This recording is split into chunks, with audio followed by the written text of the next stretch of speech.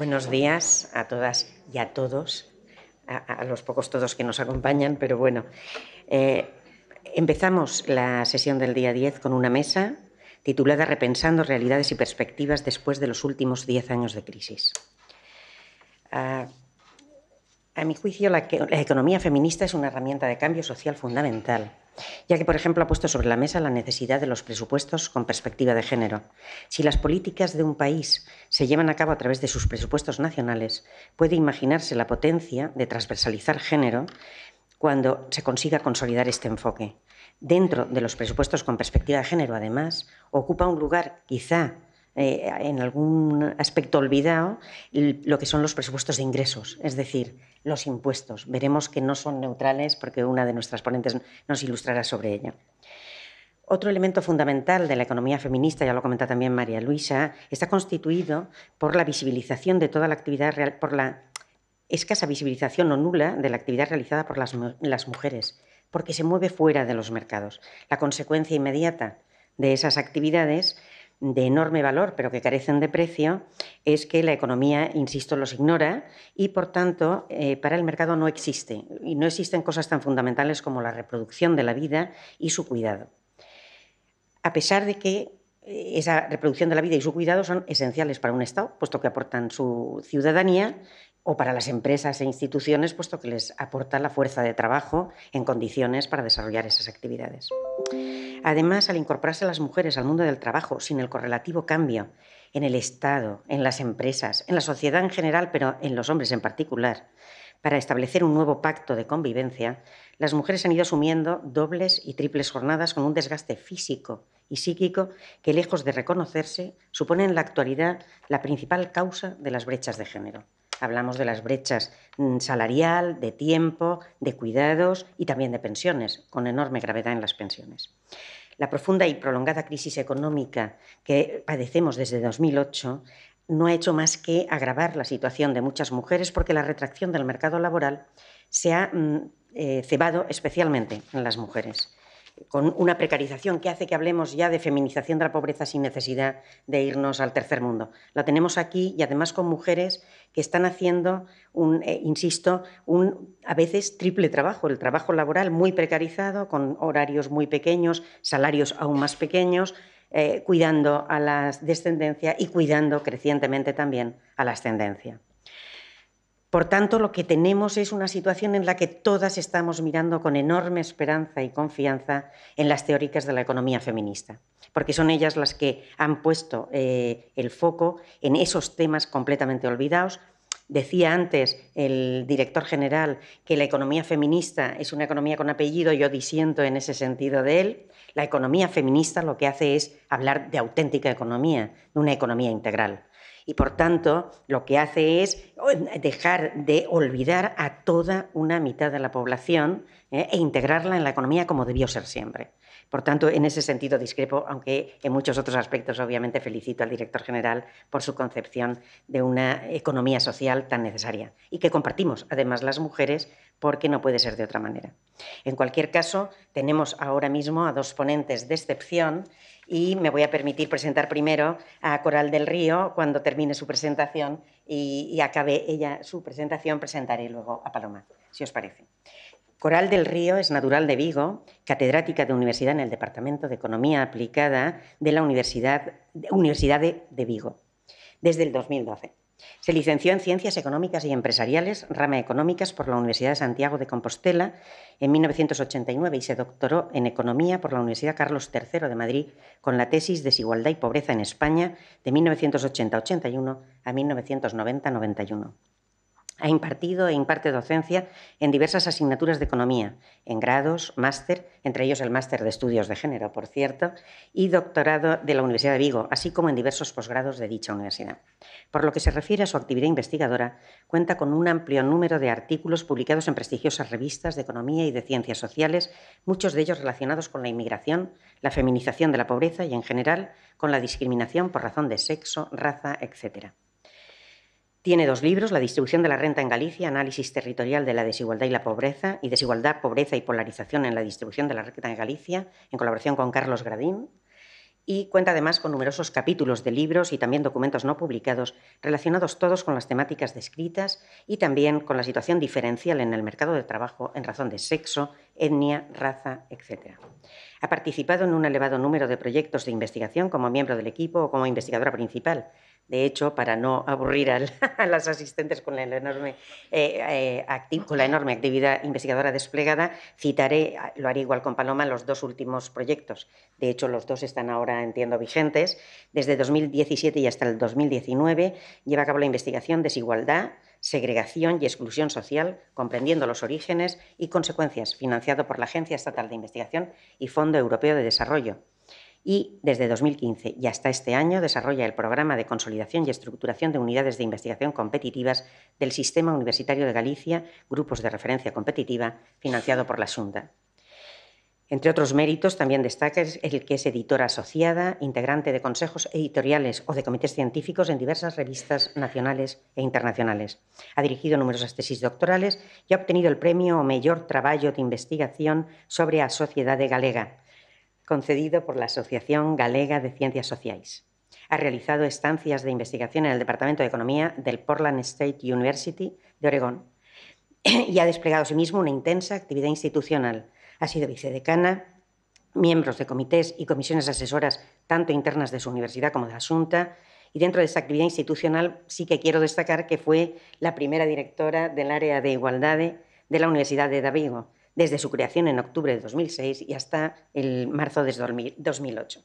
También ha sido ponente en incontables jornadas y seminarios y en marzo de 2016 se le concedió el cuarto premio Ernestina Otero del Consello Municipal da Muller, que la eligió por su compromiso y por sus estudios.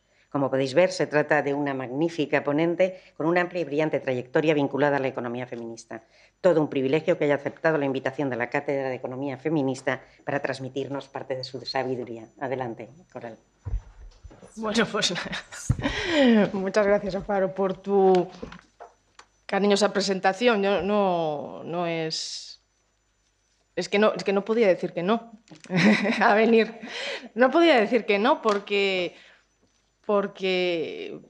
bueno, pues yo creo que desde el resto del Estado español estamos, desde que supimos que se iba a crear la Cátedra de Economía Feminista, estamos así con los ojitos abiertos, ¿no? Diciendo, pero esto va a pasar, pasó y llevan meses trabajando y hoy estamos aquí y ya habéis estado la semana pasada, ¿no? Con ya... Y las anteriores, ¿no? Con diferentes jornadas y seminarios organizados ya directamente por la cátedra. O sea que yo estoy encantada de estar aquí. Agradezco que se hayan acordado de mí. Agradezco a María Luisa, a Carmen especialmente, que son las que me han contactado. Y agradezco, la verdad, agradezco... y puedo hablar creo que puedo hablar en representación de todas las economistas feministas que no somos valencianas, que estamos en el resto del Estado español. Agradezco a la Generalitat y a Mónica Oltra la existencia de esta cátedra que tan ilusionante. Bueno, pues yo voy a hablar de mercado laboral, que es a lo que me llevo dedicando pues ya 20 y tantos años. Y el título de la ponencia pues copia el famoso artículo de Amartya Sen ya de hace casi 40 años, ¿no? Se planteaba desigualdad de qué, ¿no? Desigualdad de renta, desigualdad de capacidades, ¿de qué hablamos cuando hablamos de desigualdad? Bueno, pues yo me he traído ese lema, ¿no? Esa pregunta. Cuando hablamos de mercado laboral y cuando hablamos de desigualdad entre hombres y mujeres, ¿de qué estamos hablando? ¿Desigualdad? ¿De qué? Y sobre todo, desigualdad entre quiénes. ¿Vale? ¿Por qué? Porque lo que os quiero convencer es que desde la economía feminista, como economistas feministas, debemos desarrollar, yo creo, pues de las cosas que he aprendido en estos años, ¿no? Creo que tenemos que desarrollar estrategias, por supuesto, en un plano metodológico, que es a lo que yo me dedico, ¿no? Estrategias para desarrollar herramientas que nos permitan cuantificar fenómenos que nos interesan. Queremos cuantificar con la mayor precisión posible qué volumen tienen estas desigualdades, cuánto es discriminación, qué significa la segregación, qué volumen tiene. Es muy importante en nuestro país, pero sobre todo, como economistas feministas, yo creo que tenemos que dar un paso más y tenemos que desarrollar metodologías y procedimientos empíricos que nos permitan superar los sesgos de género que existen en las metodologías que hemos heredado, por así decirlo, ¿no? ¿En qué sentido? ¿En qué sentido superar esos sesgos de género? Pues en replantearnos cuáles son las preguntas relevantes que nos queremos hacer. Y digo ahí, por ejemplo, pues es importante conocer efectivamente la dimensión de estos fenómenos, ¿no? De la discriminación salarial, por ejemplo, entre mujeres y hombres. Pero a lo mejor también necesitamos herramientas que nos permitan cuantificar los efectos que sobre la vida de las mujeres, sobre el bienestar de las mujeres, tiene esa discriminación. No quedarnos solo en cuantificar la discriminación, que es mucho, no estoy diciendo que sea poco, pero intentemos dar un paso más allá e intentemos cuantificar qué consecuencias tiene eso para la vida de las mujeres. Consecuencias en términos de mayores niveles de pobreza. ¿Cuánto de la pobreza existente en nuestro país está asociado con la discriminación salarial que sufren las mujeres en el mercado laboral? Pues sería importante poder desarrollar herramientas en esta dirección. ¿Dónde vamos a poner el foco? ¿En los mercados? Bien, desde luego tenemos que saber cómo funcionan los mercados, tenemos que saber cómo funciona el mercado laboral, pero también tenemos que poner el foco en las personas. Y creo que lo importante es empezar por las personas, en ese sentido. Yo creo que esto es lo que las economistas feministas a mí me han enseñado. De hecho, cuando yo ya había hecho la tesis, ya estaba trabajando en Vigo y conocí esta revista, el Feminist Economics, que es la revista internacional de las economistas feministas, en economía la más importante, sin duda. A mí me llamó muchísimo la atención este texto que está en la primera página de todos los números y es donde se dice, bueno, ¿a qué se dedica esta revista, no? ¿Tú qué vas a encontrar ahí? Pues una revista de calidad, de no sé qué, de no sé cuándo, no sé cuánto. Y al final, la última frase, ¿no? El objetivo de esta revista, del Feminist Economics, no es solo desarrollar teorías, sino mejorar las condiciones de vida de menores, mujeres y hombres. Y a mí ahí ya dije, esta es mi revista. Yo quiero publicar ahí, ¿no? Y pues sí, efectivamente. Por lo tanto, replanteémonos cuáles son las preguntas relevantes y, en segundo lugar, como en cualquier ámbito feminista, desvelemos los juicios de valor implícitos que esas herramientas, que esas bases de datos, que esas estadísticas, que esos procedimientos de medición, esos juicios de valor que ocultan muchas veces prejuicios sobre el papel que deben tener hombres y mujeres en la sociedad y, por lo tanto, en el mercado de trabajo, que es de lo que vamos a hablar hoy. Con el convencimiento de que, al igual que lo que no se nombra no existe, lo que en economía no se cuantifica es difícil que tenga relevancia política y social. Esa es mi leitmotiv, por así decirlo. Necesitamos cuantificar con una perspectiva feminista para después poder pelearnos en los ámbitos políticos de esta es la realidad, yo te lo he cuantificado, tú, desde la política la responsabilidad es cambiar las cosas para que la próxima vez que yo vaya a medirlas sean un poquito más pequeñas.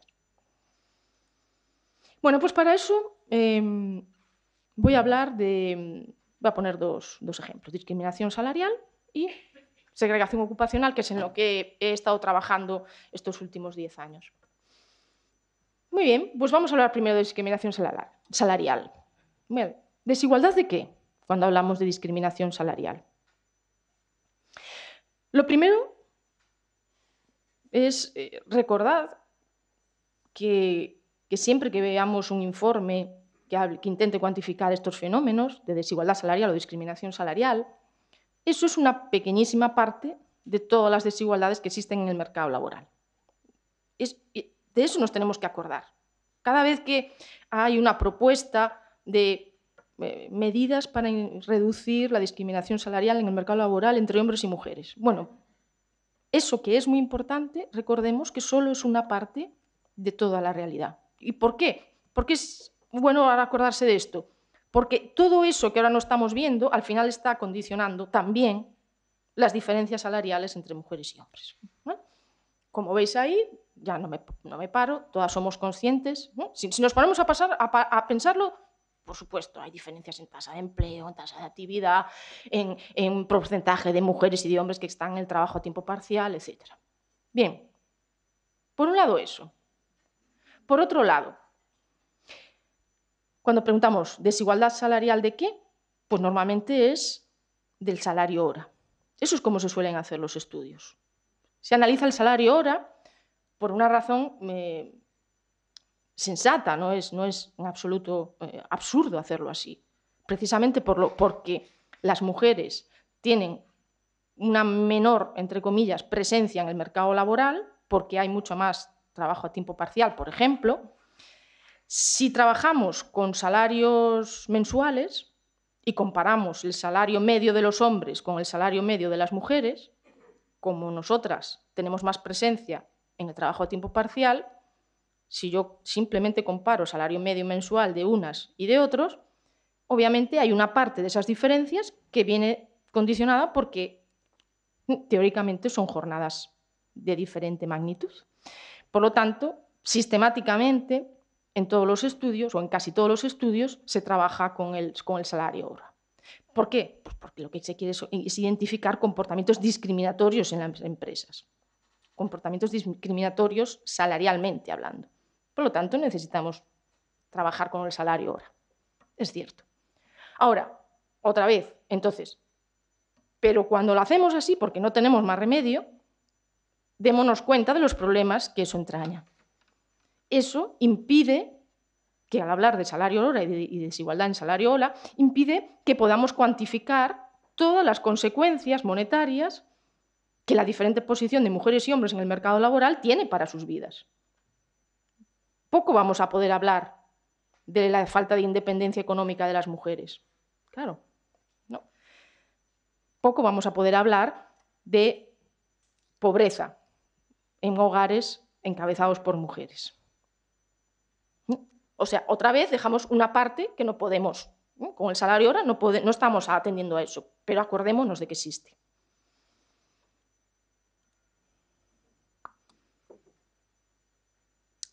Pone aquí un ejemplo, ¿no? Es como ver analizar el salario hora es como ver por una mirilla de una puerta hacia una habitación y ves lo que ves, la gente que está ahí, si está sentada, si está de pie, qué muebles hay, pero con poca perspectiva espacial y con nula perspectiva temporal. ¿De dónde viene esa gente? ¿Por qué ha entrado ahí? Pues no sabes nada de eso, solo estás mirando un detalle. Vamos a la segunda pregunta, ¿desigualdad entre quiénes? La teoría dice, entre iguales. Para poder hablar de discriminación salarial, para poder decir que las mujeres están discriminadas en su salario respecto a los hombres, tenemos que comparar hombres y mujeres iguales. Antes ya lo hemos dicho de alguna forma, no podemos mezclar trabajo a tiempo parcial con tiempo completo para hablar de discriminación salarial. Bien, entre iguales. ¿Y eso qué significa? Pues que habitualmente los estudios lo que hacen es identificar qué variables explican el salario hora de las personas. ¿Por qué una persona gana más que otra? Teóricamente. Porque tiene algunas características que lo hacen diferente o porque trabajan en algún sitio que, por ejemplo, pagan salarios más altos. O sea, por un lado tenemos características individuales de las personas, de las trabajadoras y de los trabajadores, y por otro lado, características de las empresas. Y las técnicas que tenemos para medir la discriminación es, bueno, como necesitamos comparar entre iguales, tenemos que descontar el efecto, por ejemplo, de la educación. Si creemos que el mercado retribuye con salarios más altos a las personas que tengan mayor nivel educativo, independientemente de que sean mujeres o hombres, Si creemos que el nivel salarial está relacionado con el nivel educativo, con la experiencia de las trabajadoras y de los trabajadores, no podemos comparar una mujer con un nivel de estudios bajo con un hombre con un nivel de estudios altos, ver la diferencia salarial y decir que eso es discriminación. ¿Vale? Eso es lo que nos dice la teoría. No, tenemos que comparar dos personas, un hombre y una mujer, que tengan nivel de estudios similares, que tengan nivel de experiencia similar, que tengan antigüedad similar, que trabajen en el mismo sitio, en el mismo sector, en el mismo... Iguales, iguales. Pero fijaos qué trampa es esto. Tan iguales, tan iguales, tan iguales, que ya solo vamos a poder identificar una empresa que tiene a dos personas haciendo exactamente lo mismo, con la misma antigüedad, no sé qué, no sé cuánto, y que una gana más que otra. O sea, algo que por ley está totalmente prohibido. ¿Vale? Entonces, aquí el juego, precisamente, y ahí, entonces volvemos a la discusión de los juicios de valor, de los sesgos de género. El problema es que todo parece muy sensato a priori, pero como lo lleves hasta el final, claro, como lo lleves hasta el final, es que te sale una discriminación salarial ya, eso, de las empresas que es que ya las podríamos llevar casi a los juzgados directamente ya de la mano. Mire, es que es tan obvio lo que está haciendo que existen estas empresas, que no estoy diciendo que no existan todavía, pero que es lo que ya es tan exagerado. Esta es la discusión. La teoría nos dice, tenemos que comparar el salario medio de las mujeres con el salario medio de los hombres con las mismas características. Y el debate está hasta dónde llevamos esas características. ¿Hasta dónde vamos a hacerlos iguales? Ese es el problema. Entonces, por ejemplo, ¿qué papel juega el capital humano? La educación, por ejemplo, que tienen las personas. Pues claro, parece sensato incorporarlo, porque evidentemente hay muchas diferencias salariales según el nivel educativo, muchas. Pero eso supone olvidarnos de, por ejemplo, si hay... ¿Me vas avisando, no? Sí, porque yo me lío. Yo también. Vale, entonces, nos olvidamos de lo que pasa en el sistema educativo cuando hacemos todo esto, cuando comparamos salarios de hombres y mujeres con el mismo nivel educativo. Me estoy olvidando de si hay discriminación en el sistema educativo. No sé si en España hay o no. En muchos países todavía la hay. ¿Vale? O sea que nos estamos olvidando de esto y desde luego nos estamos olvidando de algo que sí que estoy segura que existe todavía.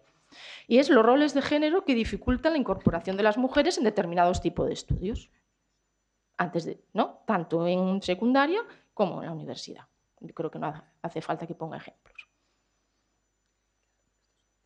Eso no entra cuando calculamos la discriminación salarial. Nos estamos olvidando de todo eso. Es más, nos estamos olvidando de que esa segregación educativa por tipos de estudios no es neutral.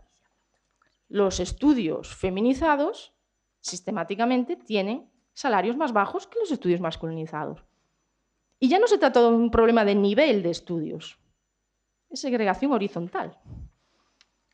¿Por qué las ingenierías tienen salarios, tienen una valoración en el mercado salarial tan alta y no sé, la física, las matemáticas, en cuanto a carreras, estoy hablando de carreras todas ellas técnicas, en donde hay más presencia femenina, como ya no se valora igual? ¿Eso es porque realmente tiene que ser así? ¿O hay un pequeñito sesgo ahí de... ¿no? Eso lo dejamos ahí. Por lo tanto, incorporar así el capital humano, se hace una valoración acrítica de las circunstancias que rodean a la posición alcanzada por hombres y mujeres en el sistema educativo, ¿vale? Tipo de estudios, etc. Y a continuación, la segunda parte, cuando incorporamos a la hora de comparar a iguales, hombres y mujeres iguales, introducimos en el análisis dónde trabajan, qué sector, qué ocupación. Hay que descontar eso. Solo puedo comparar los que están hombres y mujeres en la misma ocupación, hombres y mujeres en el mismo sector.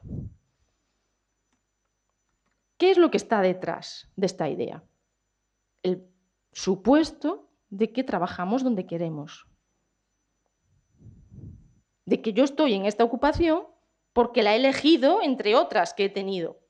Yo trabajo en este sector porque las mujeres trabajan en determinados sectores porque lo prefieren.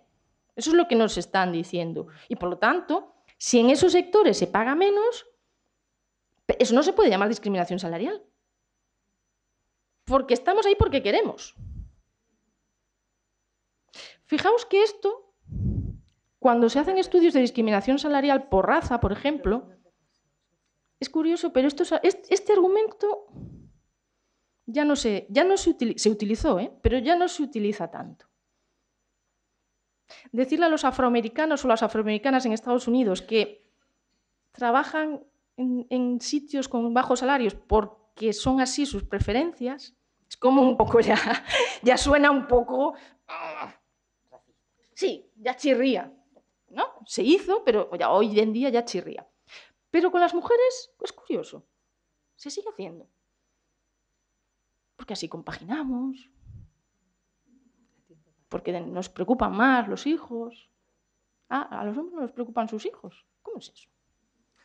Es un poco raro, ¿no?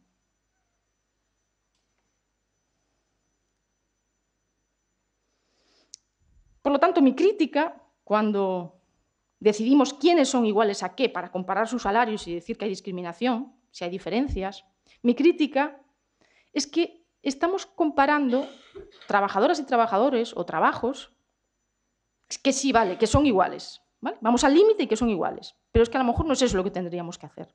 Tendríamos que buscar trabajos, situaciones de igual valor, que es lo que la teoría feminista nos lleva diciendo toda la vida. En las estimaciones de discriminación salarial se compara la situación de mujeres y hombres que son iguales y no de mujeres y hombres que deberían serlo. Esa es la cuestión. ¿Por qué determinados sectores tienen sistemáticamente salarios más bajos? No está justificado por razones de productividad. Está justificado, entre comillas, o sea, eso sucede porque a las mujeres se les puede pagar menos. Esa es la cuestión. Pueden mantener esa situación de salarios más bajos.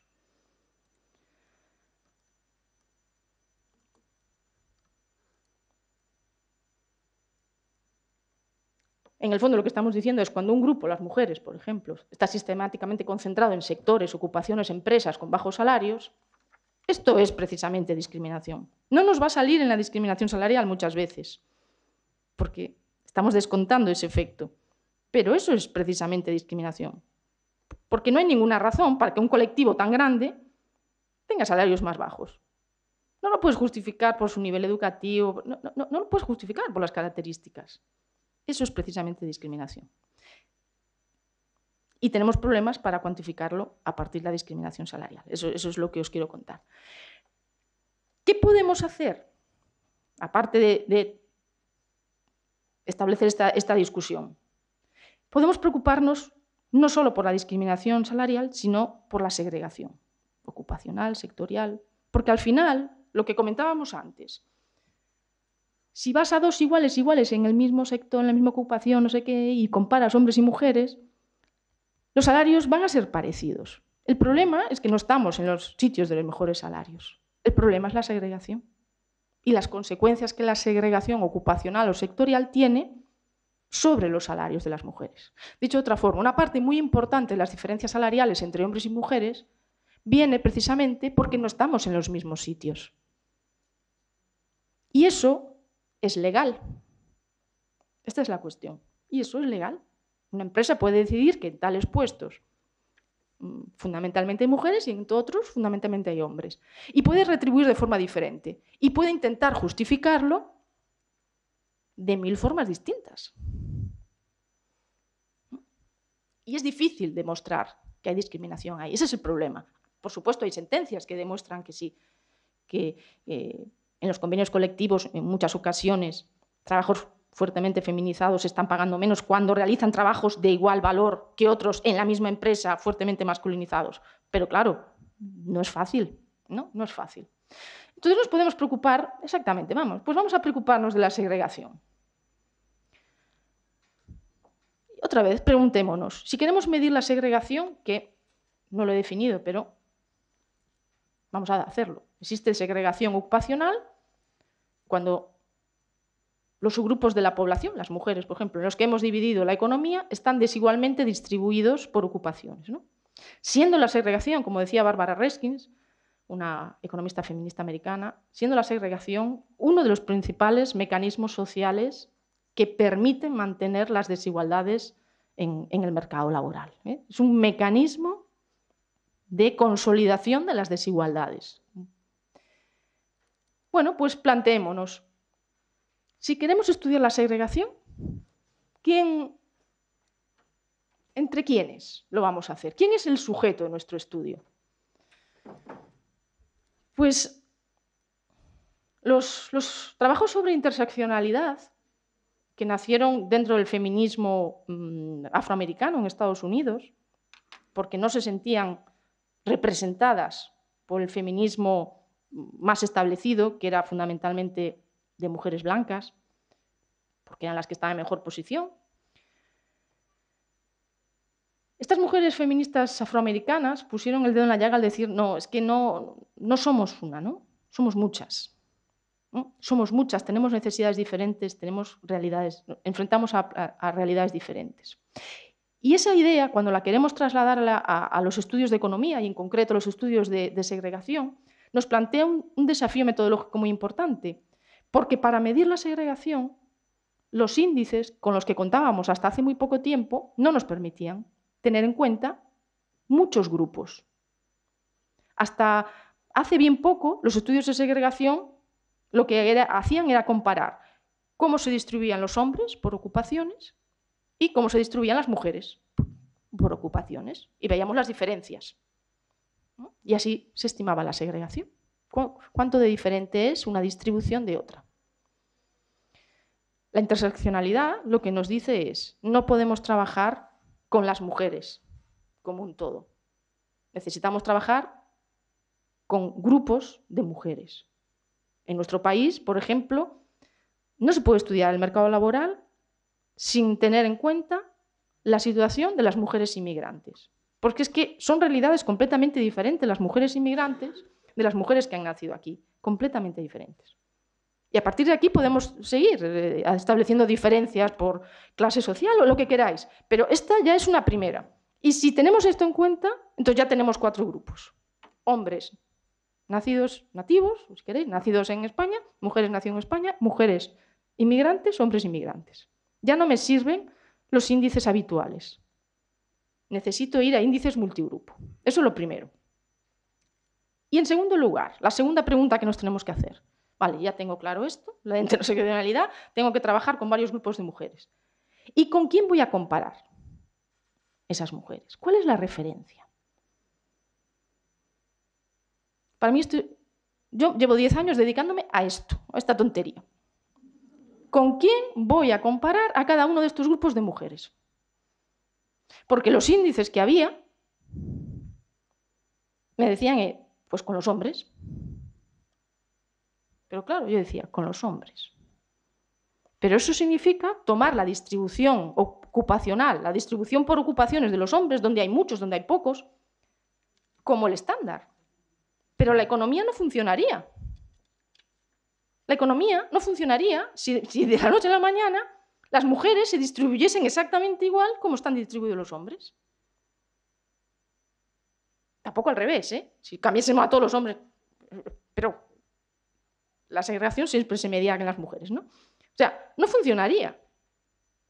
Porque hay muchísimos trabajos extremadamente feminizados, donde hay muy pocos hombres, que si mañana reducimos el empleo de todo el país en esos trabajos al peso que tienen los hombres, habría muchísimas actividades fundamentales que nadie estaría desarrollando. Y no me estoy refiriendo a los cuidados fuera del mercado, no me estoy refiriendo a los trabajos no remunerados, ¿sí? Yo estoy todo el rato hablando ya de mercado laboral. Entonces, decíamos, uy, no, es que yo no quiero hacer esto. No quiero comparar, porque es que eso, ¿qué sentido tiene? Así no funciona. Nuestra idea fue, no, lo que hay que tomar como referencia es la estructura de ocupaciones que hay en el país, los trabajos que hay. Esa es la referencia. ¿Cuánto de lejos la distribución por ocupaciones o de sectores, según lo que estemos analizando, cuánto de lejos están las mujeres respecto a esa estructura ocupacional promedio, a la estructura ocupacional existente en el país? Y ahí, claro, y ahí que vamos a ver que los grupos de mujeres se alejan y que los grupos de hombres también. Claro, cada uno está lejos de ese promedio. ¿Por qué? Porque existe una segregación enorme por razón de género. Esta es la cuestión.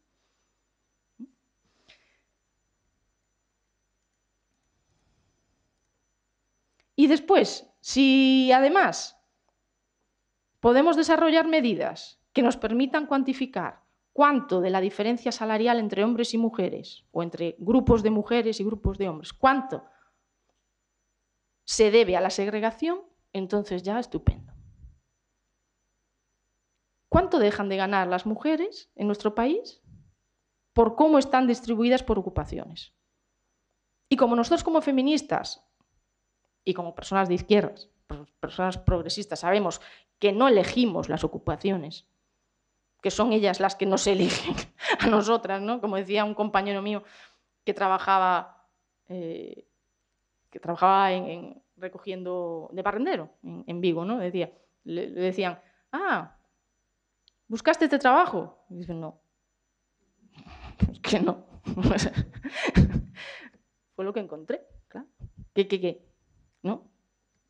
Bueno, pues como sabemos todo eso, es muy importante saber cuánto dejamos de ganar en promedio respecto al salario medio de la economía, cuánto deja de ganar las mujeres en nuestro país por estar donde están, ¿no?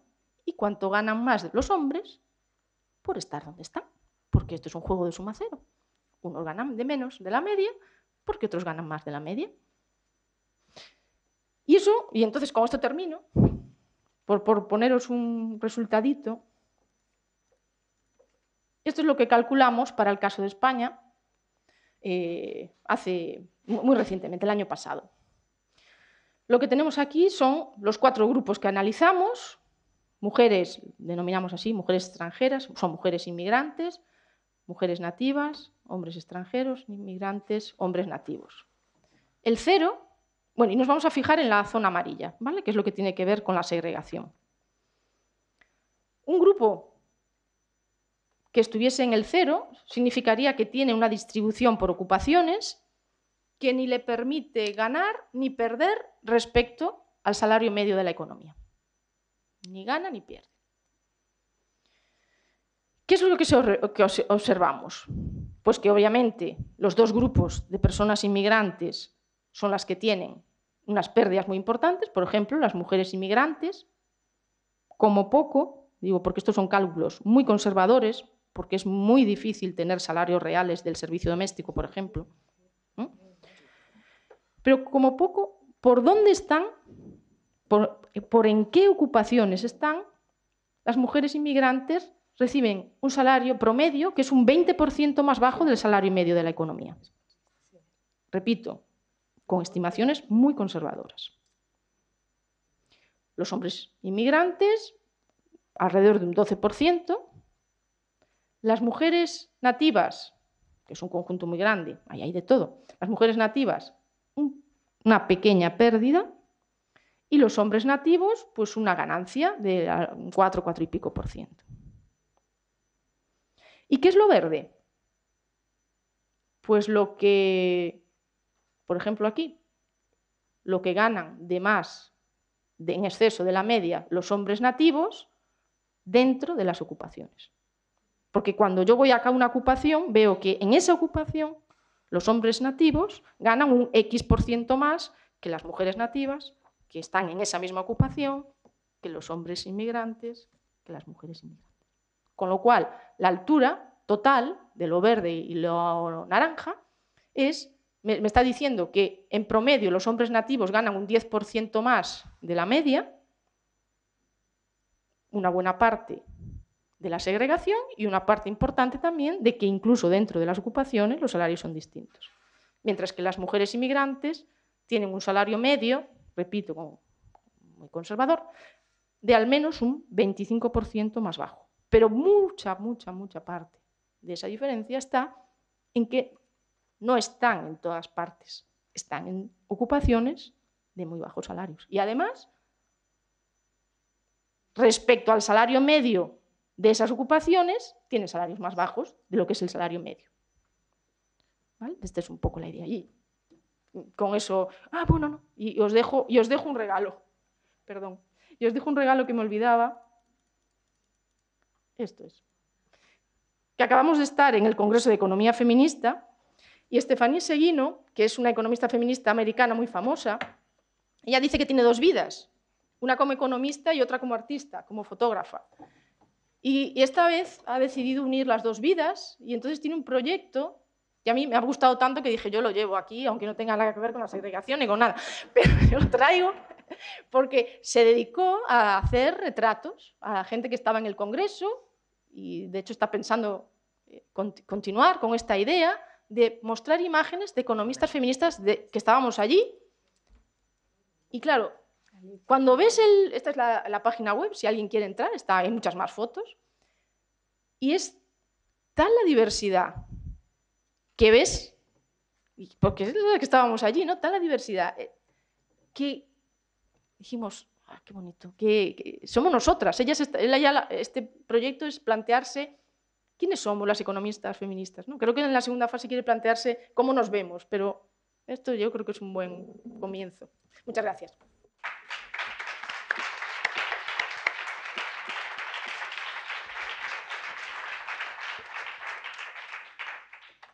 Bueno, como veréis, Coral ha profundizado aún más en el tema de la discriminación salarial, de la segregación ocupacional y nos abre más preguntas quizá aún que respuestas, pero mientras no tengamos las preguntas difícilmente encontraremos respuestas eficaces.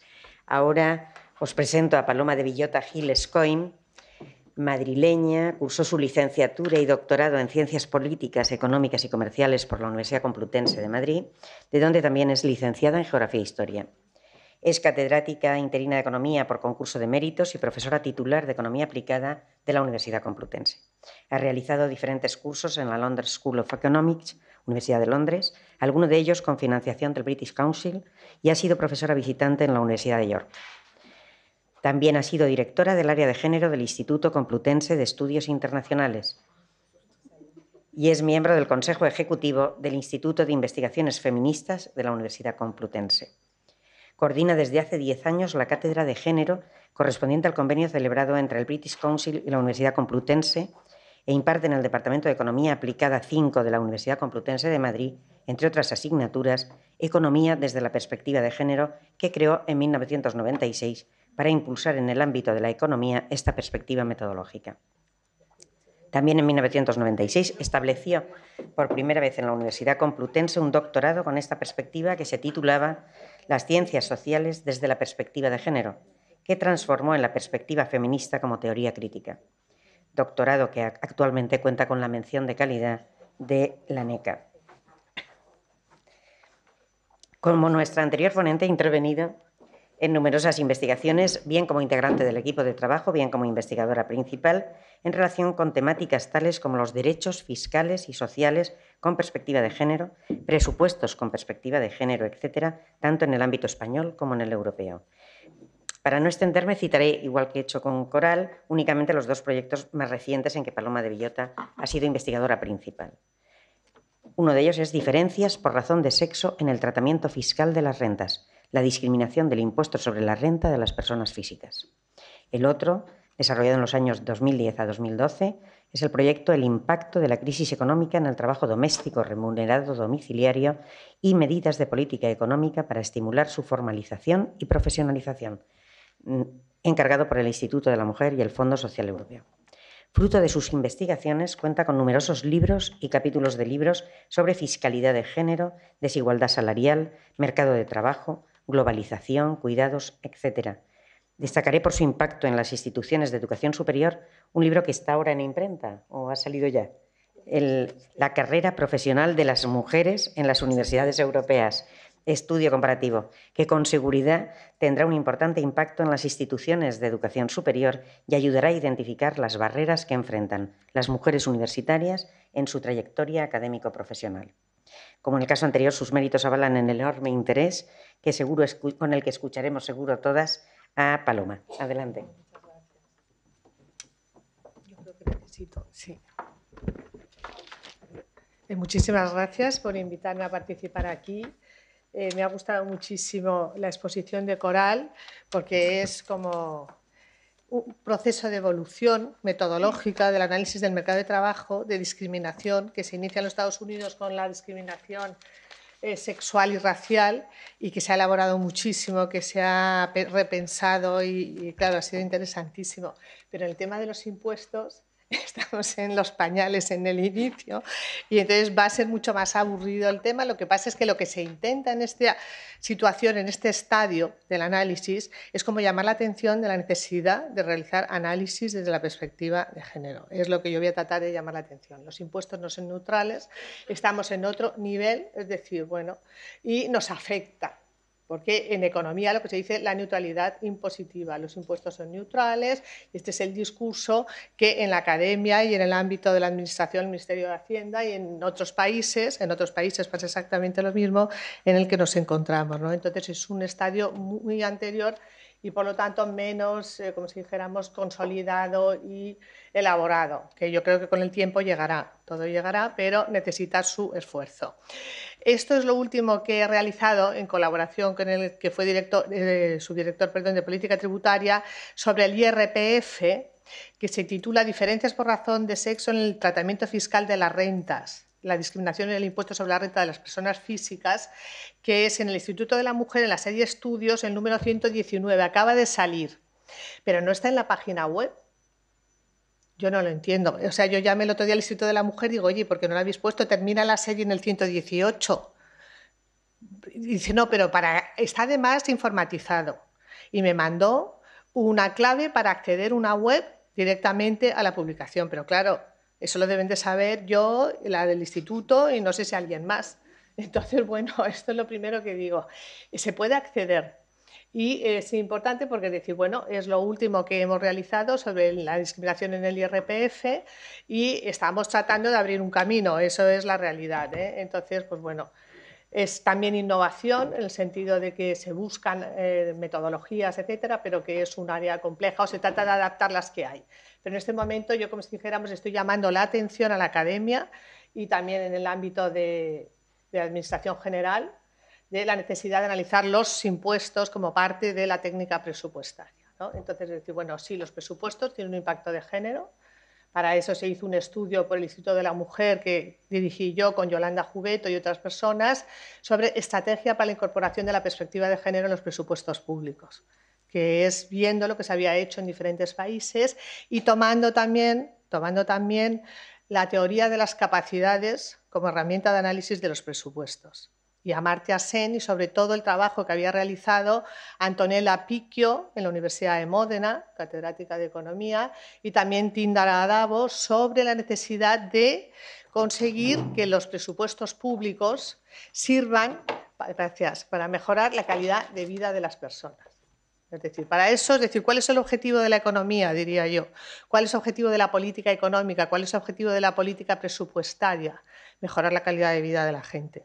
Y aquí coincidiríamos con la visión de Amartya Sen. Y yo lo que proponía al Instituto de la Mujer como una guía para llevar a cabo los presupuestos públicos a nivel del Estado, que estaban empezando, todavía no habían empezado, era la guía de Amartya Sen, la calidad de vida. Es el objetivo que tenemos que tener. Y además tendría que añadir es la sostenibilidad de la vida en el sentido del medio ambiente, que también lo incluye Marta Nussbaum en la lista de capacidades que es la que yo incluí para el análisis de los programas presupuestarios, ver en qué medida esos programas permitían la sostenibilidad de la vida, la sostenibilidad del medio ambiente, el reparto del tiempo, que era muchísimo más de lo que se pedía, que era el impacto de género. Sí, este programa es neutral y a salir corriendo, ¿no? Era un poco la idea y ya con eso cumplimos, que es lo que se suele hacer. Y hemos estado hace poco en Murcia hablando sobre este tema y que se iban a denunciar. Yo no quise decir nada, pero como empecemos denunciando no avanzaremos más. Dirán, así encima nos denuncian con lo que hacemos, pues dejamos de hacer lo que estamos haciendo. Entonces hay que tener, como si dijéramos, mucho cuidado, es decir, vamos a exigir que se haga bien, pero no empecemos, como si dijéramos, penalizando lo que se está haciendo, porque yo creo que es tratar de mejorar, ¿no? Y entonces también los principios son difíciles y yo soy muy benevolente y hay que avanzar, pero sin castigar a nadie, ¿no? Eso de castigar no. Entonces, bueno, en primer lugar, los tributos no son neutrales desde la perspectiva de género. Esto es lo primero que quiero yo que quede claro en esta media hora que me han concedido a mí esta mañana, gracias a la benevolencia de la cátedra de la Generalitat y que coordina también mi amiga María Luisa Moltó. Entonces, con eso yo ya me siento feliz, o sea que os voy a pedir muy poquito. Entonces, la presión fiscal, ¿qué es la presión fiscal? Es una fórmula muy fácil, yo es que enseño en políticas, no en económicas, con lo cual se nota. Entonces, la presión fiscal quiere decir cuánto se recauda. El cuánto se recauda es muy importante y es una fórmula muy sencilla que consiste en sumar la totalidad de los tributos que un Estado recauda, total de la recaudación a nivel local, regional, aquí sería en el caso de España comunidades autónomas, y a nivel estatal, con relación al Producto Interior Bruto de cada país. Y esto es muy importante porque es el cuánto recaudamos, cuánto. Y ese cuánto nos va a permitir luego desarrollar un modelo social diferente. No podemos hablar de modelos sociales si nos estamos olvidando de los ingresos necesarios para llevar a cabo esos modelos sociales. Que esto ha pasado, o sea, en las facultades de sociología, en las facultades de trabajo social, se hablaba del modelo social, de la necesidad de desarrollar modelos sociales, y en la facultad de económicas se hablaba de la restricción presupuestaria, de la contención del gasto. Entonces, bueno, vamos a intentar aunar un poco porque si no son dos lenguajes completamente diferentes y luego se piden programas, asociaciones de feministas, de mujeres, de pensionistas, piden y dicen, bueno, oiga, es que no hay dinero, ¿qué más quisiéramos que hacer eso? Entonces, es muy importante qué modelo social, qué sistema social queremos para un Estado, comparando lo que hay en la Unión Europea, lo que hay a nivel mundial. Entonces siempre hablo del modelo social del bienestar, lo que cuesta, presión fiscal. Y si se está dispuesto socialmente a realizar ese esfuerzo económico, subir esa presión fiscal, porque eso cuesta muchísimo. Es decir, bueno, es que mantener la presión fiscal supone pagar la factura del modelo social. Entonces, muchísimo cuidado, porque todo el mundo está dispuesto a bajar los tributos y luego, ¿qué pasa?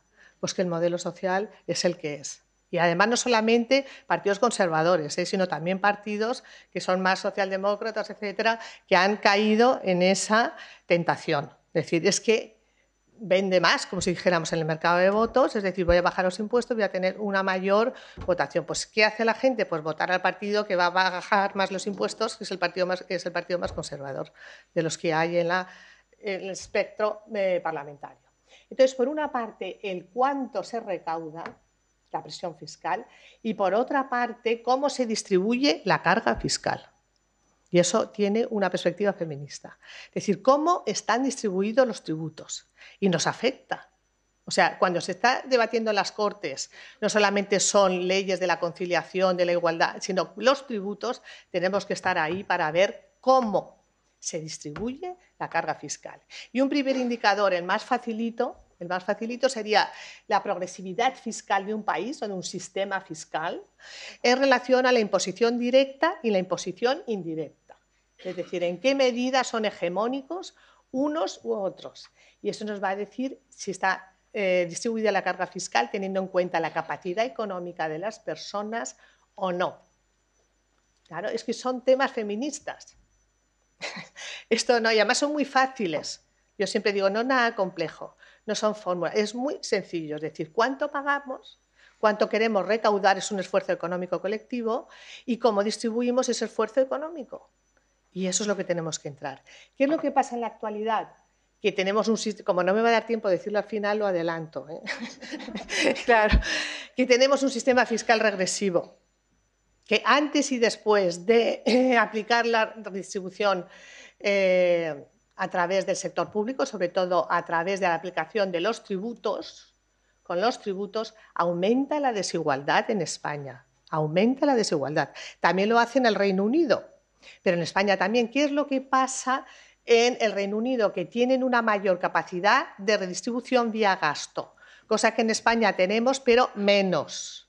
¿Y qué es lo que genera el resultado? Que tenemos un modelo social que redistribuye muy mal, que tiene muy poca capacidad para mejorar la situación del mercado y disminuir la situación de pobreza.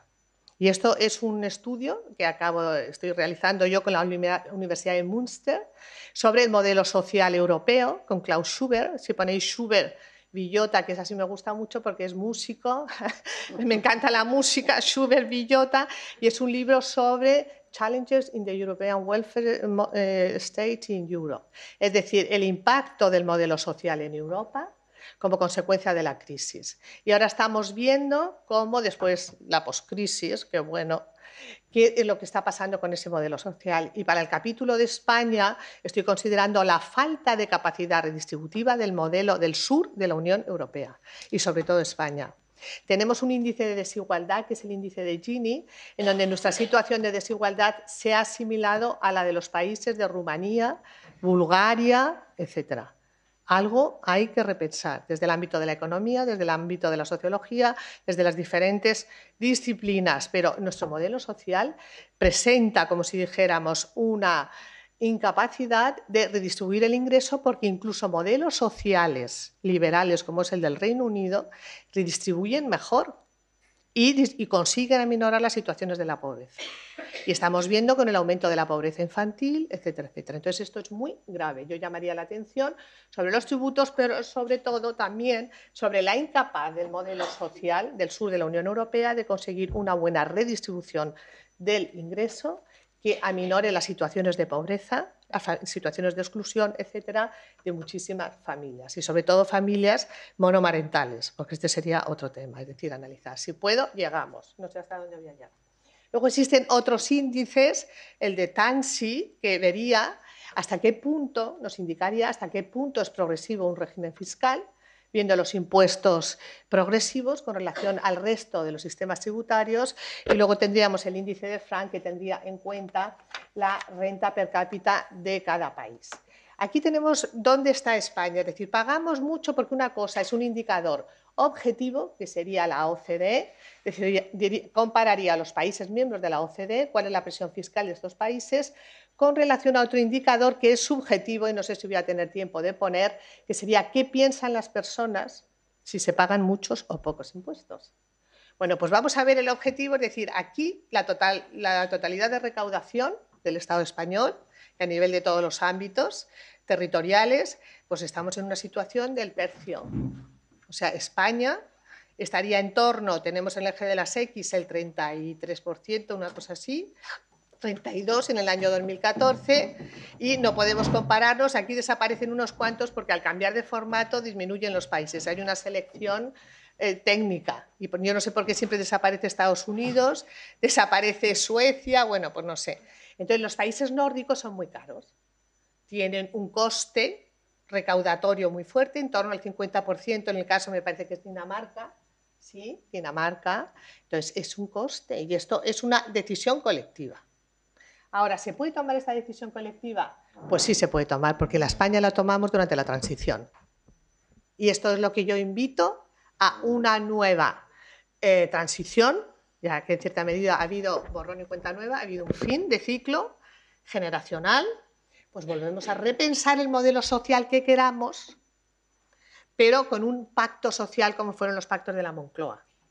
Más que cambio constitucional, diría primero asentemos hacia dónde vamos el modelo social, como se hizo en la transición con la reforma fiscal que empieza en agosto del 77, poco después de las elecciones generales. Las primeras elecciones democráticas de junio se acompañan con una ley de Hacienda en agosto, y no es casual, porque la contención salarial sindicalista fue a condición de la reforma fiscal.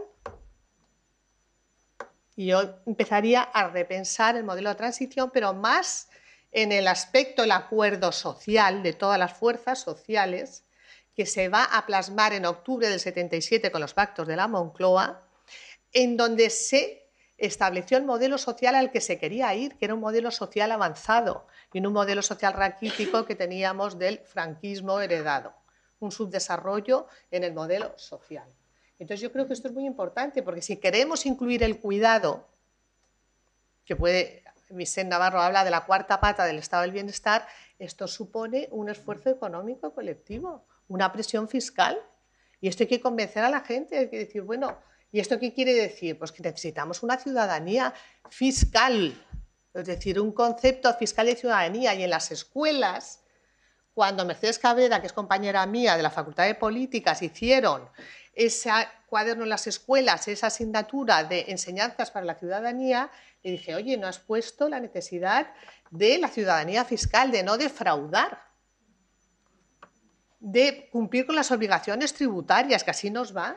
Es que aquí se tomaba risa lo de defraudar, o sea, hasta hace muy poquito, yo creo que ya luego nos hemos dado cuenta con la crisis, lo que supone reducir la recaudación, pero es que esto es un tema vital, es decir, bueno, educación en la ciudadanía, no defraudar. El fraude fiscal es una pérdida que todo el mundo sufre, y entonces es la persecución del fraude y la educación en la ciudadanía del fraude fiscal.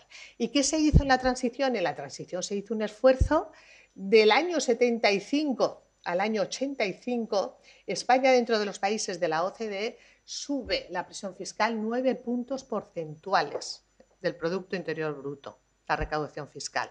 Eso no es un cambio de fachada, como algunas personas en mi facultad dicen, no, fue un cambio de escenario, pero no hubo un cambio estructural. No es verdad. 9 puntos del Producto Interior Bruto, si los tuviéramos ahora, nos permitirían desarrollar un modelo social muy avanzado, muy avanzado. Entonces sí que es un cambio estructural de la transición, ¿eh? Y esto es una reforma fiscal y es un intento de ir a otro modelo social europeo que homogeneizara la situación de España y que permitió en el año 86 la Ley de Sanidad Universal. Si no hubiéramos tenido esta reforma fiscal, no hubiéramos podido tener una sanidad universal. Entonces, esto es lo que yo estoy intentando llamar la atención, es decir, luego se sigue aumentando porque el PP dice que baja los tributos, no los baja. Lo que hace es modificar el índice de progresividad, es decir, aumentar los indirectos con relación a los directos.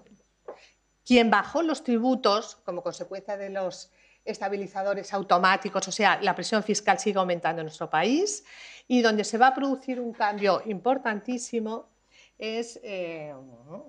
no puedo, yo no sé qué ha pasado aquí, que no quiere... ya. Es la crisis. La crisis es como volver atrás en la transición y perder en torno a 6 puntos porcentuales del Producto Interior Bruto como consecuencia de la crisis.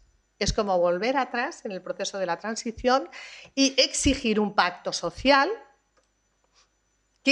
¿Cuál es la situación de pánico? A mí en inglés se dicen don't panic, que es una que me gusta mucho esa expresión, pero esto es una situación de pánico. Entonces, ¿dónde se sitúa España? Pierde casi 6 puntos de recaudación, aumenta la tasa de desempleo en el año 2008 1 millón de personas, con lo cual nos vamos a 3,5% del gasto público en transferencias por desempleo, nos vamos a 2 dígitos de déficit, al 10% del Producto Interior Bruto. Bueno, pues esto es una situación, lo mismo que se hubo un consenso en la restauración hacia dónde íbamos, en la transición, en el proceso de transición, ahora tenemos que tener un consenso social, un acuerdo social que se debería haber hecho cuando esta situación de alerta en el año 2011 se produjo. Si yo llego a estar vicepresidenta del gobierno hubiera dicho mucho cuidado, porque claro, no es meter la tijera así, sino es decir, cómo salimos de esta situación terrible que la burbuja inmobiliaria y otros factores nos ha producido. Y España es uno de los países de la OCDE que más siente la pérdida de recaudación. Fijaros que Islandia salió en toda la prensa internacional, la burbuja inmobiliaria, etcétera, y no pierde tanta recaudación como en el caso de España. Bueno, pues esto es un aspecto de los que yo quería subrayar. Estamos en una situación muy similar, muy similar históricamente, porque yo también soy historiadora, entonces esto es similar al proceso de la transición, donde hubo un esfuerzo colectivo y una voluntad política y social de establecer un modelo social. Con el retroceso que hemos tenido, nos encontramos con una disminución de la presión fiscal, que llegamos a tener en torno al 37% del Producto Interior Bruto, estamos ahora en torno al 33%, una cosa así, y necesitamos un debate social hacia el modelo social que queremos tener en las próximas décadas. Y esto no se consigue en un momento. Otro aspecto fundamental es cómo está distribuida la carga tributaria. Y, por ejemplo, si hablamos del modelo nórdico, no hay dos países iguales, porque tenemos el caso de Dinamarca, y de Suecia. Son dos países que tienen un modelo social muy avanzado, pero la financiación es completamente distinta. Tenemos el caso de Dinamarca, en donde los impuestos directos serían las barras azules, impuestos sobre sociedades e impuestos directos, el IRPF, y los impuestos indirectos serían los que están en esta parte, sería la derecha, y sería el impuesto sobre el valor añadido y los impuestos especiales. Y luego hay otros así en el centro que no se sabe bien, puede ser impuestos ecológicos que varían en los diferentes países de la OCDE. Suecia, que está encima de España, o debajo, perdón, tiene menos importancia las barras azules, impuestos directos, impuestos sobre sociedades, pero tiene cotizaciones a la seguridad social. Es más parecido al nuestro. Ahora, ¿qué pasa con las cotizaciones a la seguridad social? Que es una penalización a la contratación. Y están pidiendo reducción de las cotizaciones a la seguridad social. Pues bueno, a lo mejor quizá, en primer lugar, las nuestras son superiores a las de Suecia. ¿Y por qué no vamos a financiar vía impuestos? ¿Y por qué no podemos ver el modelo nórdico en el que las cotizaciones que discriminan, porque los derechos sociales construidos sobre cotizaciones son derechos directos, masculinos, en el que los hombres tienen más años de cotización, tienen mayores remuneraciones, los discriminan? Entonces aquí entraríamos todo el tema de la seguridad social. O sea, fijaros la financiación, el análisis feminista que hace falta llevar a cabo. Es decir, es tan interesante mantener las cotizaciones. Las cotizaciones son un impuesto. Están penalizando a la mano de obra. La situación en España es de desempleo estructural. Ahí sí que hay un desempleo estructural. Que no hemos bajado del 10% ni en las mejores épocas de la burbuja inmobiliaria. Bueno, pues esto es un debate. Entonces, ¿cómo financiamos ese sector público? Entonces sería impuestos directos. Tenemos muy poquito en España de impuestos directos. El impuesto sobre sociedades y el IRPF. Entonces, así tenemos que empezar a ver, es decir, cuando nos dicen no hay financiación. Y otro aspecto fundamental serían los beneficios fiscales. Los beneficios fiscales, aquí yo creo que casi todas sois economistas, es la pérdida de recaudación como consecuencia de llevar a cabo determinados objetivos de política social y de política económica. Pues eso es algo que hay que analizar desde una perspectiva feminista. ¿Cómo llevamos a cabo la política social a través del gasto, el tema de la higiene femenina, o a través de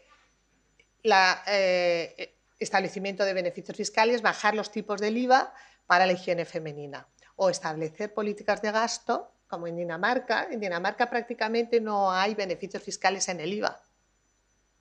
Llevan a cabo la política presupuestaria o la política social vía transferencias o vía servicios sociales. Bueno, pues son decisiones feministas. ¿Qué pasa? Que los beneficios fiscales benefician a todo el mundo con diferentes niveles de renta. La leche muy barata, las patatas muy baratas, mientras que las transferencias sociales a grupos específicos pueden ir hacia madres monomarentales, etcétera, etcétera. O los servicios sociales de cuidado y de atención. O sea que esto sería otra charla sobre los gastos fiscales. Es decir, elegimos beneficios fiscales o elegimos pagar todos los tributos y llevar a cabo la política social a través de transferencias o de gasto. Esto es un debate. Luego, si analizamos el IRPF, es decir, porque lo que suelen hacer en economía fundamentalmente es analizar los niveles de renta, no los tipos de familia, ni en el IVA, ni en el IRPF, etcétera, para ver la incidencia. Y lo que analizamos Ignacio Ferrer y yo desde hace ya, pues desde el año 2000, me parece a mí que lo hice. También hay un libro de macroeconomía y género en el que tengo esta función de densidad, en donde lo que vimos es a través de la distribución de la función de densidad de las personas que contribuyen. O sea, esta representación gráfica lo que nos dice cuál es el salario bruto anual de las contribuyentes y de los contribuyentes en el territorio fiscal común. Estamos hablando solo del territorio fiscal común, que son los datos que da la agencia tributaria, porque hay que tener en cuenta que hay independencia fiscal de Navarra y del País Vasco. Tienen independencia fiscal. Y en un congreso internacional con Kathleen Lage, que estuve yo en Oñate, con la que luego publiqué en Feminist Economist un estudio sobre la crisis en Canadá y España. Entonces ella me dice, ¿y el País Vasco es ya independiente? Digo, mira, no, es fiscalmente. Yo estoy hablando de fiscalmente. No sé, yo no soy futurista, pero yo estoy hablando de la independencia fiscal que existe. Bueno, entonces lo que se ve en las mujeres, porque una forma de analizar es el mercado de trabajo y otra forma de analizar el mercado de trabajo y la discriminación fiscal es ver lo que ganan realmente las mujeres en la economía formal. En la economía formal. Y entonces cuando se habla del techo de cristal, pues son el 1%, o vamos, es el 1,9% de las mujeres frente a lo que llaman las anglosajonas el sticky flow, es decir, el suelo pegajoso donde nos movemos la mayoría en torno al 80% de las mujeres que no superamos el 12.000 euros anuales, una cosa así. Entonces digo, no, yo no trabajo por el techo de cristal, yo trabajo por donde nos encontramos el 80 y tantos %, y para ver cómo mejoramos la capacidad, la capacidad redistributiva y mejoramos las condiciones de vida de esas mujeres que están incorporadas al mercado de trabajo, pero que tienen una renta salarial bruta inferior a 12.000 euros anuales, etcétera, etcétera. Entonces, si vemos las barras azules, es donde están concentradas las mujeres en el mercado de trabajo. Esto es una función de densidad en donde el eje de coordenadas representa el salario bruto anual y el nivel de concentración nos lo dice el eje de las IES. Las mujeres nos concentramos en los primeros tramos de renta, luego ya hay una hegemonía masculina clarísima. Entonces ahí es donde estamos las mujeres. Esto es otra forma de ver la situación terrible, lo que tú dices, la segregación. Yo te digo, bueno, es que somos pobrísimas las que estamos trabajando, claro, es que esto es un nivel. Claro, entonces, ¿qué hay que hacer desde el punto de vista de la política fiscal? Pues hacer que el salario resulte rentable, que es lo que dice la Unión Europea. Para que las mujeres se mantengan en el mercado de trabajo, hay que hacer que el salario resulte rentable. Esto dice, bueno, ¿qué dicen? A los chicos esto les suena una cosa extrañísima. Bueno, pues hay que hacer que la política fiscal analice el mínimo exento y el primer tramo de la tarifa. Porque ahí es donde estamos hablando de renta disponible. Más las cotizaciones a la seguridad social. Más las cotizaciones a la seguridad social. Porque si tenemos un primer tramo de un 24%, con unas cotizaciones del 6%, con unos niveles bajísimos de renta nos vamos a un 30% de presión fiscal, con unos niveles bajísimos de renta. Y eso es de lo que hablamos aquí. Es decir, bueno, ahora lo dice el informe Mirley, que como es muy economista, muy famoso, ha hecho un informe en el Reino Unido, pues lo cito. Yo lo llevo diciendo desde hace 20 años. Pero bueno, claro, pero bueno, no me hacían ni caso porque siempre los impuestos son neutrales. Decía, Ignacio, vete tú con tus amigos de Hacienda a ver si te escuchan, pero tampoco, tampoco, ni con esa estrategia dio resultado. Y en el año 2006 volvieron a subir la presión fiscal a las mujeres del primer tramo, Entonces esto es muy grave.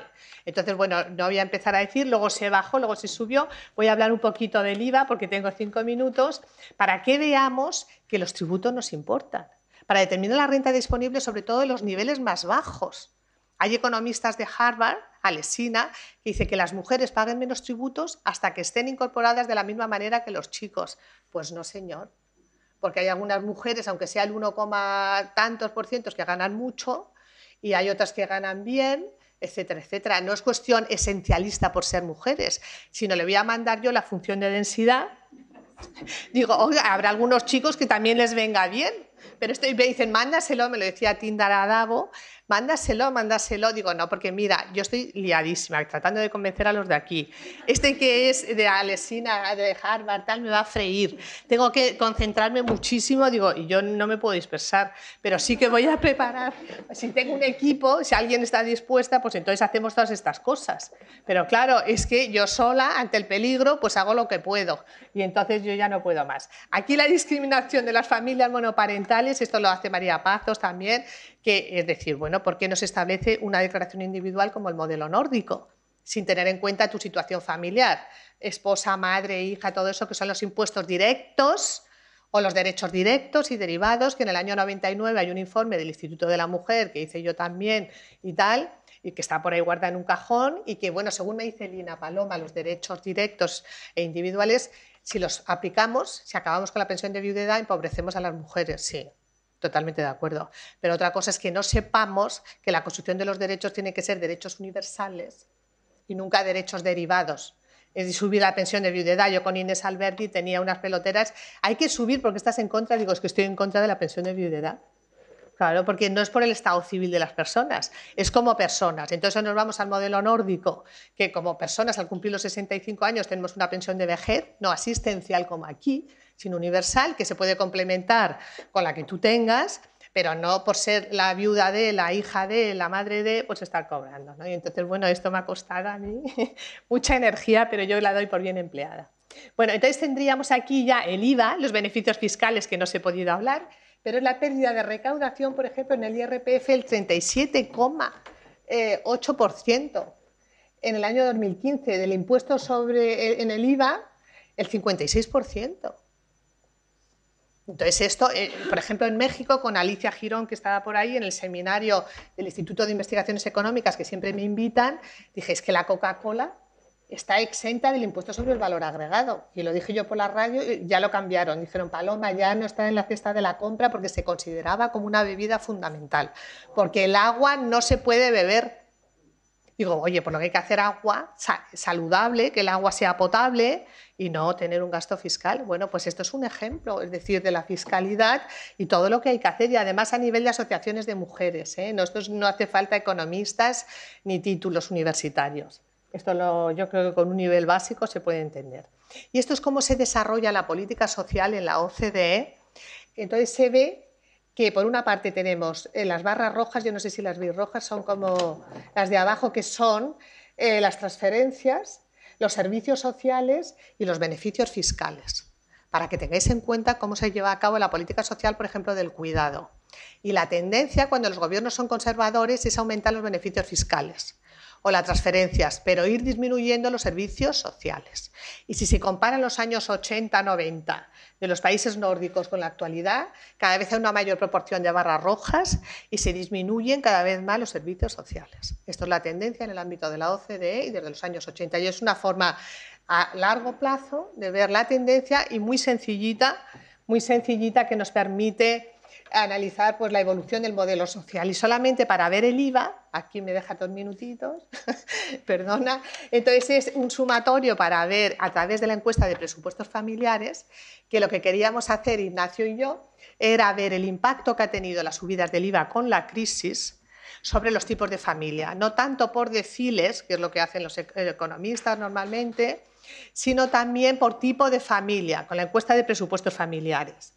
Entonces, esto es que, por ejemplo, que el IVA, bueno, que hay estudios de la Borda y otros que han hecho para el año 2016 en FEDEA, viendo que el sistema fiscal es muy regresivo y que el IVA que ha subido ha afectado a los hogares de diferente manera, pero lo que no hace FEDEA, y además Ignacio y yo fuimos a un congreso en Toledo de Economía Pública y se enfadaron bastante. Yo es que estoy ahí con la escuela, que estoy harta porque dicen, ¿y para qué necesitáis saber los tipos de hogares?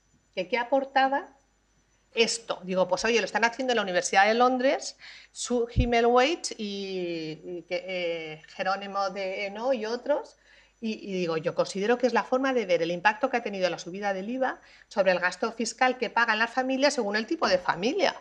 Digo, bueno, pues habla de sociología. Digo, si a mí me da lo mismo sociología económica, socióloga, pero esto es interesante. Sí, bueno, pues si ya lo dices así como sociología, pues vale, sí, bueno, pero que bueno, en economía es que o aplicas la fórmula o es que yo es que estoy ya muy aburrida.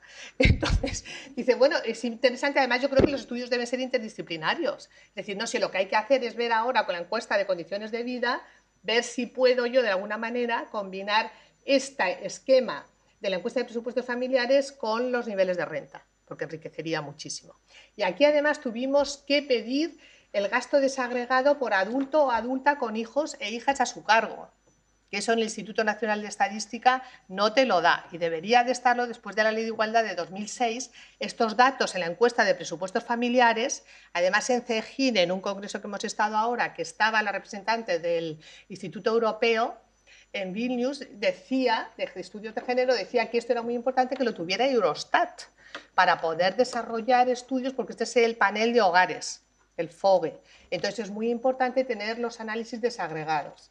Entonces aquí lo que se ve es cómo ha disminuido el consumo con la crisis, por ejemplo, a menos 14,51 las que tienen 2 hijos o 3 hijos, o sea, ha sido un palo tremendo, y que sobre todo lo han pasado peor. A ver, el IVA soportado por los distintos tipos de familia. Vemos que el adulto o adulta mujer con cargas familiares tiene una presión fiscal superior, ya la tenía, pero la ha aumentado. En el año 2011, tras la subida del IRPF del 2010, perdón, del IVA del 2010, luego la del 2012, y hay un peso fiscal muy grande, o sea, ha aumentado el tipo medio que se soporta por este tipo de hogares. Entonces, lo que yo, Ignacio, comentábamos, es decir, hasta qué punto la protección a la familia, personas con cargas familiares o parejas con cargas familiares han pagado, como si dijéramos, el impacto de la crisis. Es decir, están soportando el coste de la crisis. Y esto no pasaba en el Reino Unido con el estudio que hizo Sue Himmelweis y los otros, porque ahí tienen beneficios fiscales para la ropa infantil y para la comida infantil.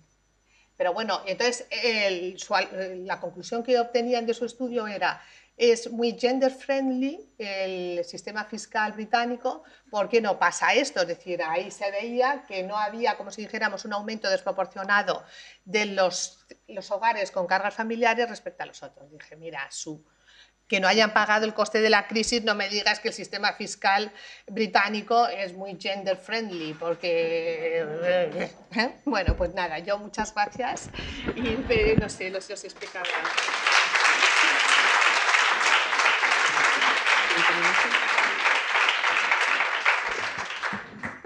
Bueno, como veréis, las exposiciones de ambas ponentes permitirían prolongar y aconsejan repetir esta escuela de verano de la Cátedra de Economía Feminista durante muchos años. Y solo disponemos de un poquito de tiempo, ya estamos fuera de él, de hecho, pero al menos 5 o 10 minutos para posibilitar vuestras intervenciones. Bueno, yo mientras la gente va pensando, como ya tenía pensadas mis propuestas, bueno, mis reflexiones más que propuestas. Bueno, en primer lugar, Amparo, agradecerte mucho la precisión que has hecho al principio de que la economía feminista no es un apellido más a las múltiples visiones de la economía que hay. Por lo tanto, muchas gracias por esa precisión. Y después, bueno, a las dos ponentes, la verdad es que, Coral, empezando por ti, yo el tema de la discriminación salarial y sobre eso hice mi tesis, me aburría muchísimo, pero le he encontrado mucha gracia con todo lo que has explicado, porque creo que es darle la vuelta a esa cosa aburrida de el porcentaje o esas peleas que se montan. No, es el 15, no, es el 23, no, es el 22, no. Bueno, pues efectivamente es el 15, el 23, el 22 y todo lo que no se ve también. Y el problema no está en acordar el porcentaje, sino en disminuir esa discriminación salarial y, sobre todo, lo que más me ha gustado, cómo impacta en la vida de las personas esa discriminación salarial y cómo, claro, pedirle a las mujeres para que sea rentable que estén en el mercado laboral es que tengan salarios dignos, porque es que si no, realmente vamos, utilizando el paradigma tradicional económico, es que es irracional estar en el mercado laboral por un salario que no vale la pena y que no te permite ni siquiera vivir dignamente, ¿no? Y bueno, Paloma, me ha encantado también tu charla, me ha parecido, porque mira que el tema de los impuestos es aburrido en principio, pero tú lo has hecho muy, muy entretenido, muy interesante. Y bueno, yo creo que una llamada al movimiento feminista, que ya se hizo en la jornada sobre presupuestos con perspectiva de género y ya se dijo allí, hay que ensuciarse las manos con el dinero. Es que no hay otra. O sea, si realmente queremos ser eficaces, pues bueno, hay que analizar los presupuestos y hay que emitir opinión y posicionarse, porque efectivamente las cosas no salen gratis. Entonces, yo creo que, vamos, me ha gustado muchísimo y voy a buscar ese libro, me lo voy a bajar y si no, protestaré al Instituto de la Mujer. Espero que con el nuevo gobierno esto haya cambiado, porque es que el Instituto de la Mujer estaba no muerto, enterrado. Y entonces me imagino que esto llevará un poquitín de tiempo, pero bueno, yo confío mucho en la vicepresidenta actual del gobierno de España y espero que esto se solucione rápidamente. Pues muchas gracias a las dos y a la coordinadora. ¿Hay una palabra por allí?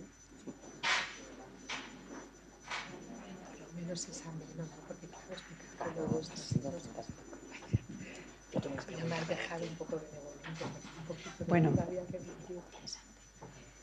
voy a intentar ser breve. En primer lugar, por supuesto, felicitar a las dos ponentes. A Coral no la conocía, a Paloma sí que he tenido ocasión de escucharla en varias ocasiones y la verdad es que siempre es un aprendizaje continuo. Lo único que puedo decir de Paloma es que me ha sabido a poco y eso que no soy economista. Voy a hacer dos preguntas muy concretas a cada una de ellas. Una es, Coral, hay una reflexión que hacer respecto a todo relacionado con la discriminación salarial, la brecha, cómo determinamos y cómo analizamos esa brecha salarial.